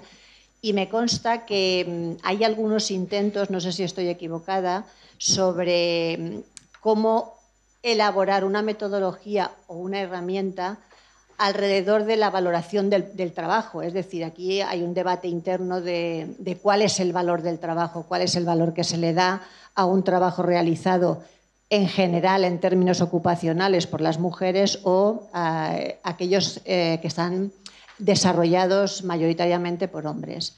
Y me consta que había pues como unos intentos, o si no, creo que es un reto por las economistas, el determinar determinados ítems, determinados elementos que nos sirvan para, de una manera lo más objetiva posible, el objetivar las funciones de los puestos de trabajo de tal manera que podamos salir mejor adelante a la hora de definir la retribución de ese puesto de trabajo, no en función de la segregación ocupacional, sino en función de nivel de responsabilidad, personas a cargo, dedicación, etcétera, etcétera. Yo sé que hay intentos, lo que no sé es hasta dónde se ha llegado, si lo conoces o si te parece interesante explorar esa línea, porque creo que sobre todo en los procesos de negociaciones colectivas y de definiciones de RPTs, relaciones de puestos de trabajo, etcétera, podría ser interesante, a pesar de la complejidad que ello pueda llevar a cabo.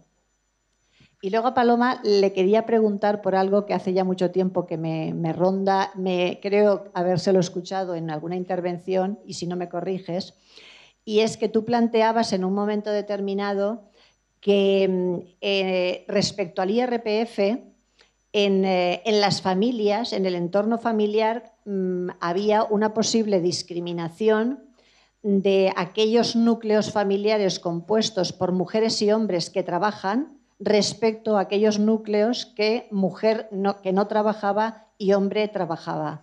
¿Eso es así? ¿Lo recuerda? ¿Lo puedes comentar? Porque lo tengo muy lejano en el tiempo y quizá pues, he distorsionado la memoria. Gracias a las dos.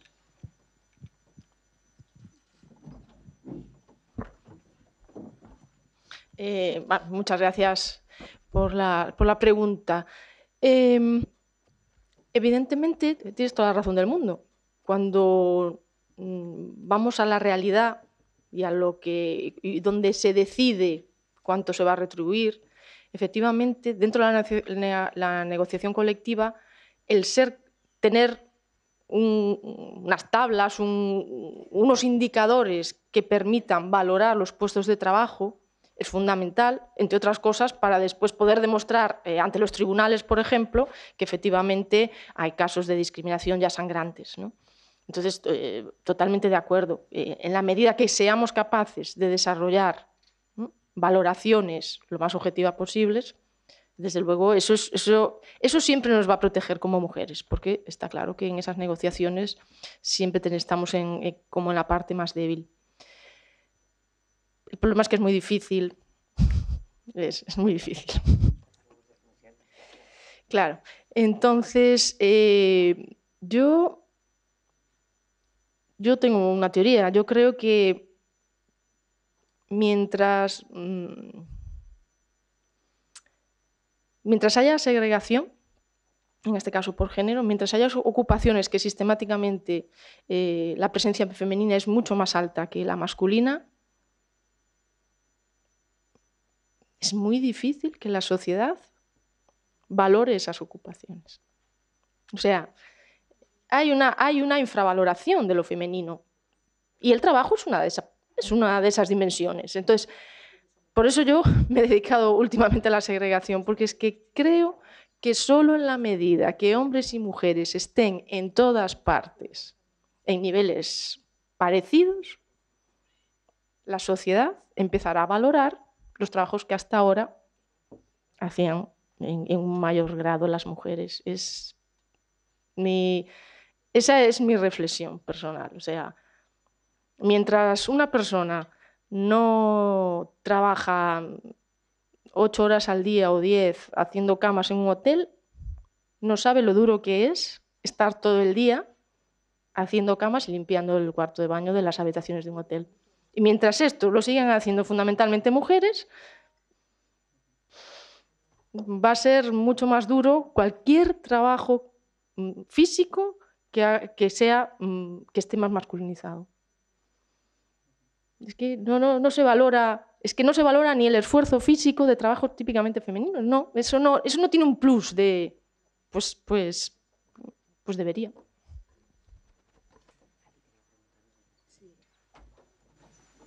Gracias, pero no se me había olvidado. Gracias. Pues sí, claro. Aquí en el libro también, que lo tenéis por internet, está el esquemita este que hemos hecho Ignacio y yo, que hicimos un índice de discriminación fiscal, que me lo pidió la de Europa, la del Instituto Europeo de Vilnius. Dice, y ese índice, digo, si yo estaba invitada a esa reunión, pero el avión no llegó. Me quedé en Madrid, luego no pude coger el empalme hasta Copenhague y luego no me garantizaban con el siguiente vuelo de Copenhague a Vilnius. Digo, pues entonces ¿para qué me voy a ir si me dejan ustedes en Copenhague? Digo, entonces no pude ir a esa reunión. Dice, pues mándamelo. Tenemos un índice de discriminación fiscal en el que vemos la no individualización del tributo, porque lo que hace es la persona que tiene menos renta pagar una parte de la renta de la persona que debería de pagar más. Y tan es así que ya en procesos de separación están, como si dijéramos, devolviendo ese exceso de tributación. O sea, esto ya se ha asumido, es vox populi. Pero esto lo hicimos, Ignacio, yo creo que en el año 99, ¿no? El estudio que hicimos para Europa, que estuvo en la página web como 7 años, en la página web de Europa, y luego ya lo quitaron, ¿eh? Entonces sí es así. Entonces hay una discriminación y además que la forma que se hizo en el modelo nórdico para incorporar a las mujeres en el mercado de trabajo e intentar que los hombres trabajaran menos, porque es que un tema también es la tasa de actividad de las mujeres en el mercado de trabajo, que la tengo yo también por ahí, es que las españolas nos retiramos del mercado de trabajo a nivel del Estado español, abandonamos. No quiere decir que eso es la permanencia el problema, no es la inserción, es la permanencia el problema. Porque de jóvenes, y hace ya muchas generaciones, nos incorporamos. Lo que pasa es que no permanecemos. Y a mí me decían, ¿y por qué? Pues no lo sé, porque la tasa de natalidad, la tasa de fecundidad es de las más bajas del mundo durante muchos años, igual que las italianas.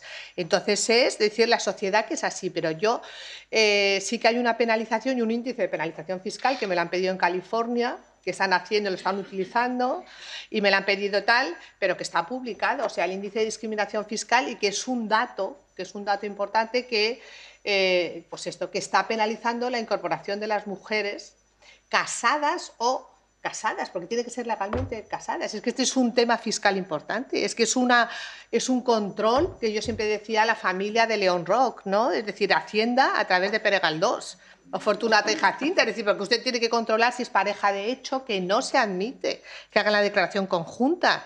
Y hay sentencias, deberíamos alguien que sea jurista y que quiera analizarlo, sentencias de parejas de hecho que han hecho la declaración conjunta y que no se la han admitido. Es decir, bueno, es que ¿esto qué es? Claro, es que al final es que en Hacienda entra en temas que es el estado civil de las personas, la sexualidad de las personas, que ese es un tema completamente al margen. Entonces es la capacidad de pago. Y lo que se hizo en el modelo nórdico es para que los hombres no permanecieran tantas horas en el mercado de trabajo, porque la tasa de actividad del sur masculina es mucho más alta que la de los suecos, de los chicos. Es decir, no solamente nos tenemos que fijar en la femenina, sino que también hay anomalías en la masculina. ¿Por qué? Porque concilian, porque piden bajas, porque estudian. Pues también habría que analizarla. Es decir, el comportamiento a lo largo del ciclo vital, porque a mí esto siempre me ha chocado mucho. Y una de las maneras de evitar que siguiera el chico trabajando es tener una progresividad muy alta, los tipos eran hasta el 80 y tantos % en los años 70, en el modelo sueco del IRPF, el tipo marginal más alto, y además también que las mujeres solían tener rentas más bajas, rentas salariales, con lo cual interesaba a una pareja, le interesaba más retirarse del mercado de trabajo para tener una mayor renta conjunta disponible, porque si tienes un tipo marginal muy alto, aunque tengas un salario muy alto y tienes el 85% ya, no te interesa si permanece en el mercado de trabajo. Mientras que a la otra, aunque tuviera una renta pues el 20% inferior, pero como los tipos marginales eran tal, pues le sentaba incluso económicamente más rentable que permaneciera el segundo perceptor de ingresos o perceptora, que suelen ser las mujeres, en la unidad familiar, pues trabajando más horas en el mercado de trabajo. Entonces esto es muy interesante, porque a través de la fiscalidad, por ejemplo, la declaración conjunta ha sido obligatoria en Alemania hasta hace muy poco. Y en Alemania la tasa de actividad de las mujeres ha sido escasa. Es decir, claro que este es un tema importante, es decir, era obligatoria la declaración conjunta. Y en Canadá, con el gobierno conservador que vuelve, cuando la crisis, que estudiamos con mi amiga Kathleen Lahy, entonces ella lo que vuelve, que después de los años, yo no sé cuándo quitaron en Canadá y pasaron la declaración individual, no sé si fue en los 60, en los 70, que era el famoso informe Carter de los años 70. Bueno, entonces han vuelto ahora, antes de ayer, a la declaración conjunta, como para afianzar el modelo tradicional de familia. Entonces, mucho cuidado. Mucho cuidado, fijaros, en Canadá han vuelto. Entonces, en el estudio que hicimos, que publicamos en Feminist Economist, era así, es decir, han vuelto al modelo familiar de tributación, es volver las mujeres a casa. Entonces, es también la declaración conjunta, ¿por qué? Porque son beneficios fiscales. Entonces, mucho cuidado, o sea, que no parece que sí, que tiene un efecto y que un modelo tradicional, una forma, es decir, porque te compense, y entonces decir, ¿para qué vas a salir tú si no te compensa? Que es el discurso de siempre, ¿no? Es decir, bueno, entonces esto mucho cuidado, porque también la fiscalidad tiene una perspectiva feminista, que tenemos que tener presente, y lo que hace falta es muchos estudios. Eso es lo que yo quiero que haya. Bien, no creo que haya tiempo para más, porque realmente estamos ya... Tenía el micrófono, si me permites un momento. Perdón. No soy economista, soy periodista.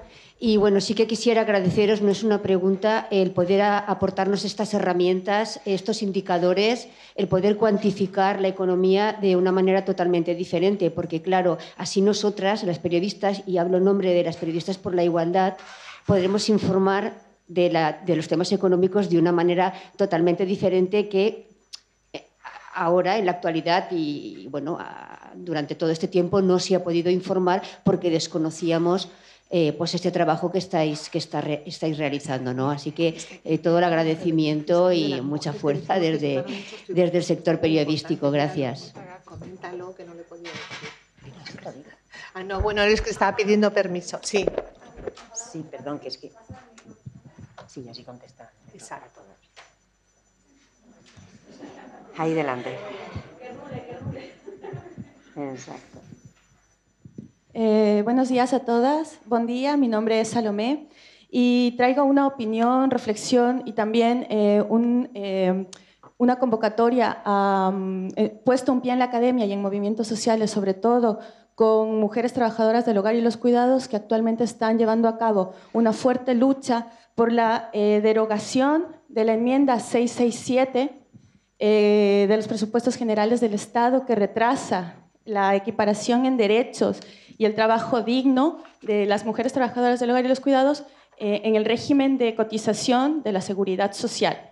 Entonces, Coral, tú hablabas de darnos cuenta de la segregación multigrupo y también darnos cuenta de esas diferenciaciones en cuanto a la ocupación de los sectores, ya que nos hiciste ver también en cuanto a mujeres nativas y en cuanto a mujeres migrantes.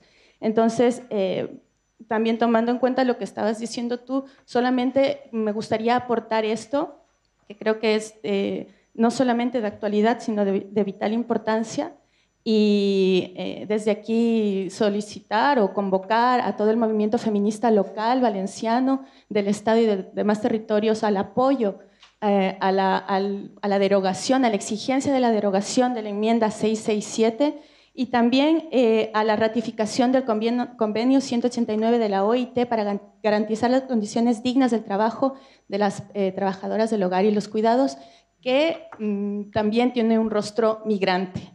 Gracias. Bueno, pues ¿quieres tú decir algo? No, vamos.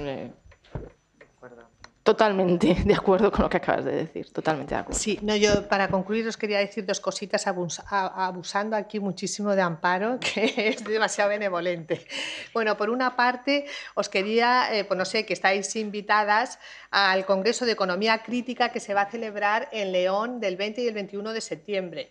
Y que va a haber una mesa, no sé todavía el día, sobre presupuestos con perspectiva de género, y que va a venir Tíndara Davo, va a estar Yolanda Jubeto y yo la coordinamos la mesa, y van a venir expertas del Ayuntamiento de Madrid, las que están haciendo el análisis de presupuestos y de otras zonas. Entonces, que estáis todas invitadas a estar en estas jornadas de economía crítica. Y luego, también para concluir, os quería comentar la rebeldía fiscal que tenemos las mujeres, porque consideramos que está muy mal distribuida la carga tributaria. No es en sí contra los tributos. Claro, porque esta lectura, o sea, en el año 2014 ha aumentado. Yo no sé por qué me ha salido el 2008. Tengo también datos del 2014 y aquí en esta investigación las tenéis. Es porque está mal distribuida la carga fiscal. Entonces, las mujeres consideramos que se paga mucho, pero eso es ser neoliberales. Con lo cual, con esta mala distribución de la carga fiscal, al final todo el mundo es neoliberal. Y entonces, al final dice, ¿quiere pagar más tributos? No. ¿Quiere que lo rebaje? Sí. Al final, como Trump, rebaja los tributos y al final no hay modelo social. Entonces, muchísimo cuidado, porque esta es la realidad, todavía en el año 2014 acentuada, que las mujeres consideramos que pagamos muchos tributos. ¿Por qué? Porque estamos en un tramo del mercado de trabajo en el que tenemos una gran presión fiscal en comparación con otros tramos de renta, ¿eh? Entonces, estos son importantes. Es decir, esta percepción y ese rechazo. Entonces, perdona, sí que... Entonces, bueno, que tenemos que cambiar la mentalidad. Entonces, a ver cómo lo hacemos. Primero, distribuir bien la carga fiscal y luego ya porque claro, si no apoyamos programas que digan vamos a bajar los tributos y los vamos a apoyar, ¿eh? Perdonad, claro. Un placer escucharla, por tanto le devuelvo siempre el micrófono. En cualquier caso, yo creo que las mujeres tenemos esa percepción en buena parte también porque yo creo que también el fraude fiscal tiene género.